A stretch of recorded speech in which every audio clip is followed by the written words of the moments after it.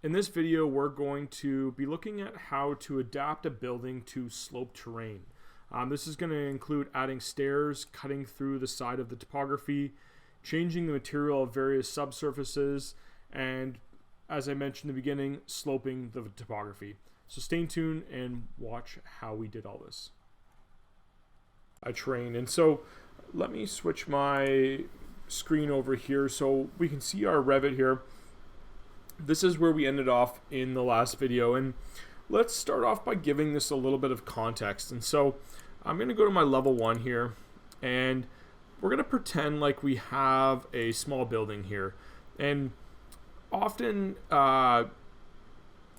in our location of Canada, we have a lot of sloped terrain for our buildings. And so maybe our building is something like this, and we can see this in 3D. And we'll change these walls, we'll make them extend up to level 2. And really what's happening in a lot of our sites is we'll end up actually having a walkout basement. So I'm going to go over to my elevation here, in this case my east elevation, and we're just going to drop this down and mimic. Let's just go down 10 feet. Let me just straighten that up actually. We're going to go down 10 feet, and we're going to kind of mimic a 9-foot ceiling in a basement, that kind of thing. And so with this topography, really what's going to happen is it's going to slope down significantly more. So let's grab our walls here. I'm just going to copy them down and paste them down to our level 3, which maybe let's go back to our east elevation and rename that to be, let's just call it level -1. And now that we have our walls there, so you can see our walls are stacked, our building here, let's click and modify our topography a little bit. So this topography piece right here, it's probably actually negative 1 foot, because usually your building is not right at the level of the ground, and usually your first floor you want to set that a little bit higher. And then down here, our far side of our property, let's set that at -12. And it might give us an error message, and that's because of the thickness of our topography. And so let's just change this earth thickness, and let's just make it 30 feet. And that'll give us a little bit of room to play with that depth. The other thing that we could also do is turn off the variable button here. And so we could leave this at let's say 10 feet if that variable button is off, but just different ways to model that topography. And so let me pull this back up here. And so now we can go down to our -12, and let's actually grab these points right here, and let's delete them. And we'll do something similar to what we did before with the points raising and lowering, but this time let's add a split line. And let's say somewhere around here in our site, the topography does actually drop down to that level of the basement, which is our -10. And again, just remember, we never want to set our grade exactly at the floor level. So we're going to go down on -10'6", so it'll be 6 inches lower than our building. And just to compensate for our walls here, I'm just going to lower our base constraint down 1 foot, just so that our walls are touching our ground. And so you can see that we have a really nice slope coming down from our building here. And so a couple things we want to do with hardscapes. One is maybe we want to have some sort of front door up here, and we want to have the grade come up to that front door. And so what I'll do here is we'll grab a door, and we'll place a door at our center. And let's do a subdivide and actually get some sort of walkway coming up to there, or it could be a driveway. And you know, theoretically on this site, maybe I'll expand this footprint just a little bit to give me a little bit more room to work with, like so. And we'll just not attach that. And so now we have a little more room to work with up here. And for all intents and purposes, let's say we have a bit of a curved driveway coming in. So let's maybe go to our top view. We're going to click our topography. We're going to go to subdivide, and we can use the spline tool or just the lines. I kind of like to stay away from the spline tool. I find it's sometimes a little bit more difficult to work with, and what I'll do is I'll kind of create these rigid lines and then I'll come back and clean them up after. And so let's grab our offset tool here. Instead of drawing all these lines again, let's offset by, let's call it maybe 14 feet. So it's a little bit of a wider driveway. And I'm not going to go through the process of like adding a parking spot or anything like that, but theoretically we can have a driveway something like this. And the cool thing with subdivides is they can go actually beyond your topography boundaries, and so if you decide to expand your topography later, it'll continue to expand that piece. And so once we subdivide that, we'll click the check mark here, and really it doesn't really do anything yet, but what we can do up here is we can change our type to be asphalt, for example, and this is our asphalt pavement here.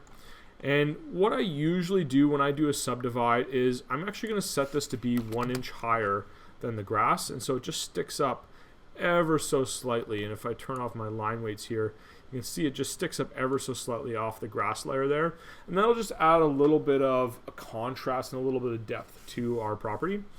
And so let's take this one step further. Let's add another subdivide, and maybe we have some sort of walkway to our front door, and so let's do that subdivide.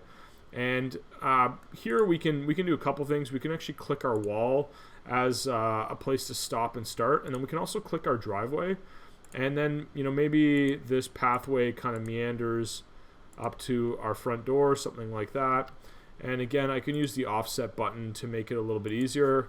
This time I'm just going to offset 1 foot, and we're just going to offset the other way so that it's a little bit beyond the size of the door. And then let's go 5 feet, and we'll bring it like that. We'll have a nice little pathway here. And we're going to grab this first line that we drew and delete it.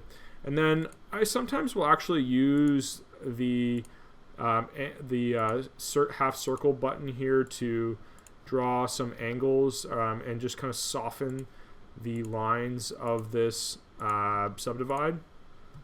And so we'll do something like that. And then I'll use the trim and extend here to kind of clean this up a little bit. And I probably could do a little bit more smoothing, but I just, for the purpose of today, I'll leave that as it is. And now we have a little bit of a pathway coming up to our front door. And so let's click the check mark here. And same thing, it's just right now it's just grass. We can make this asphalt, we can make it concrete, we can make it a lot of different things. So let's start by grabbing concrete. I think that would be a decent one that's already built in. And you'll notice that our steps are a little bit below our front door here, and so a few different ways to do this, but I think the easiest is by adding a stair. So I'm actually just going to go to my level 1 here because it might be a little bit easier to see. And I'm going to actually pick a precast concrete stair as a staircase, and we're going to go from -1 to our level 1 here. And we're just going to draw these 2 steps. And what I'll sometimes do is let's just see what this looks like here in 3D. And we'll delete those pieces of railings for now. And it looks like those are up to the top. So I'll make sure that this top step is that top step there. And we can go back to our level 1. We can go to edit here. And let's bring this step up all the way to the front door here. And we can make this 5 feet wide. So just make it the full width of that area. And let's just adjust this pathway so it perfectly lines up with our stair, like so. And that's kind of a clean little access up to our front door. And yeah, so that's looking pretty good. So the next thing I want to show is, maybe we have some sort of patio down at the bottom here. And so let's do the same thing. We can do our subdivide. And we're going to add maybe some sort of little patio down here.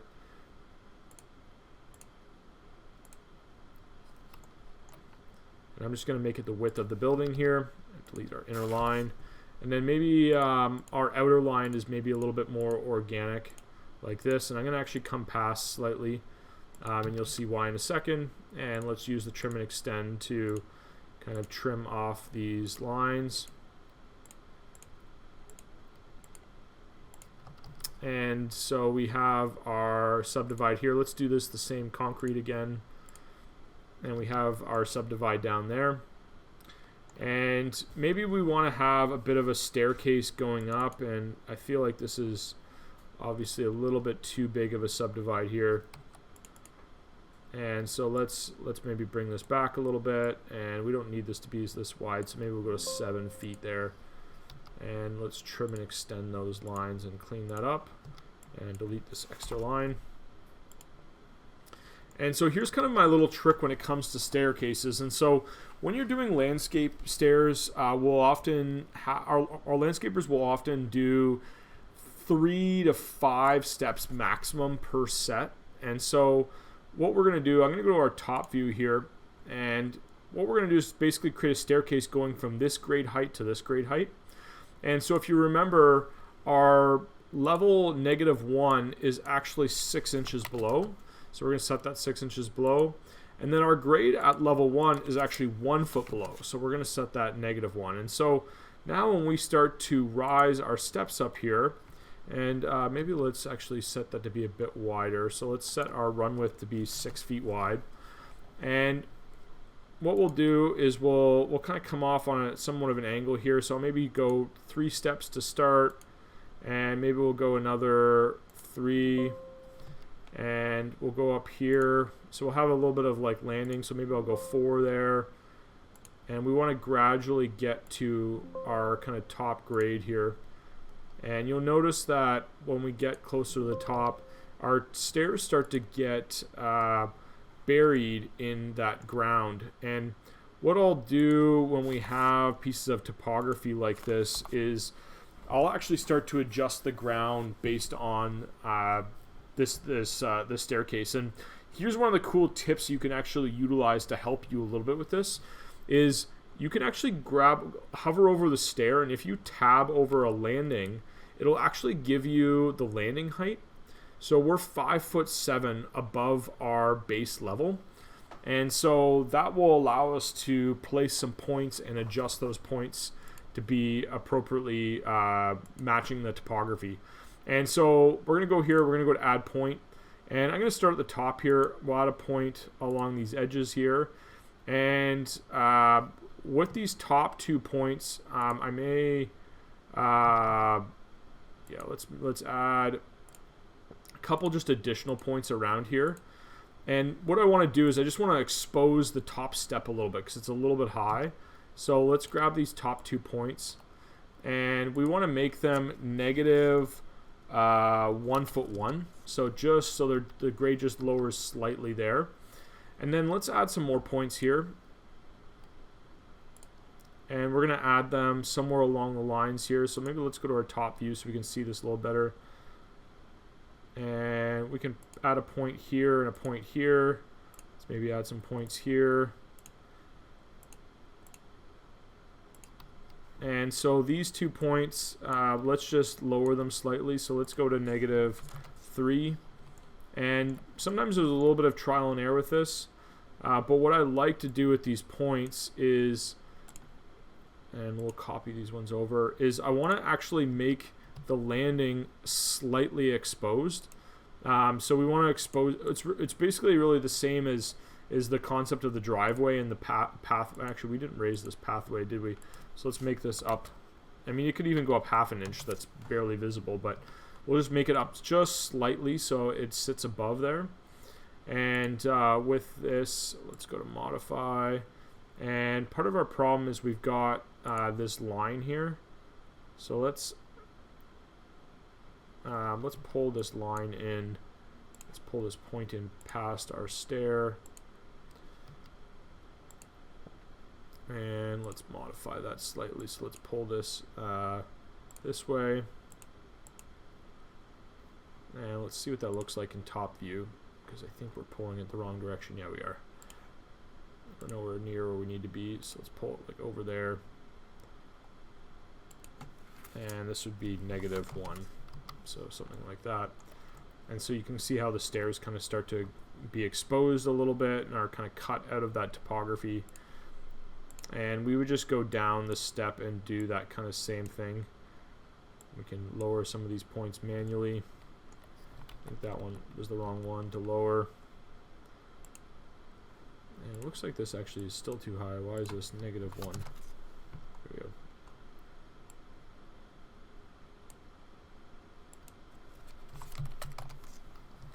There we go. And we could pull that grade back a little bit more so it's not as intense in this spot. But we continue to go down these steps and provide these points of and kind of exposing the stair, but also making sure the stair looks like it is on the ground, not hovering over the ground. And so these 2 points here, we'll add some points right here and here. And what I'll usually do is I try to place them in the middle of this step, and by doing that, it allows the steps to stay exposed nicely. And we really want to bury almost 3/4 of the stair there.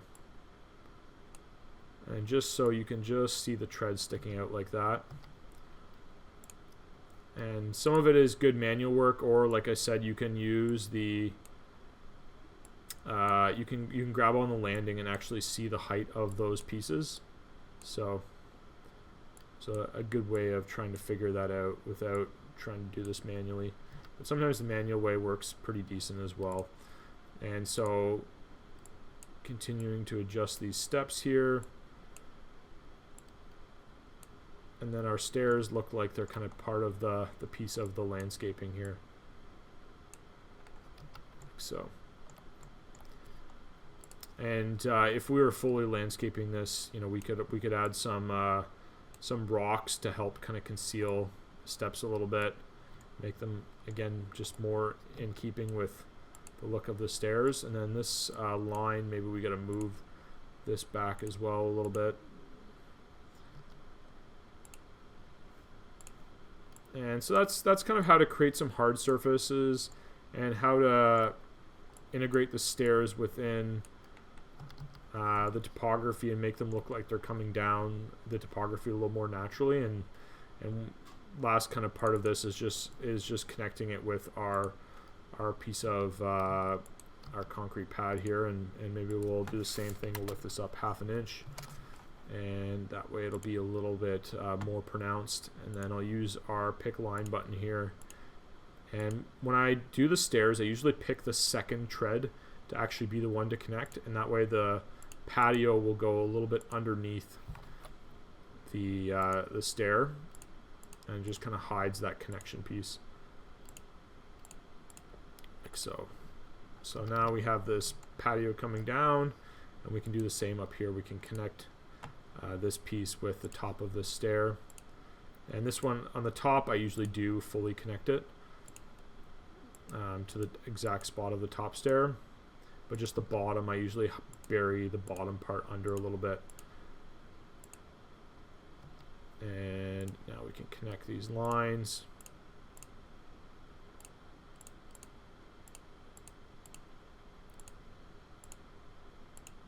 And then sometimes for this last part I'll make this a little bit more gradual with using some sort of arc,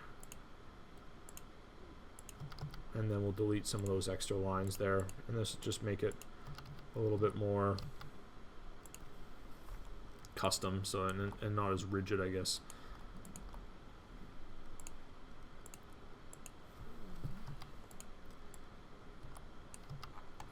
So, and I could clean up those lines as well, but I'll just leave that for now. And so now it looks like we've got this stair coming down to the bottom, and we've got the stair connecting to our driveway. And so that's how to work with hard surfaces and apply them to your project. Thanks for watching. Stay tuned for more videos on topography and other things associated with Revit.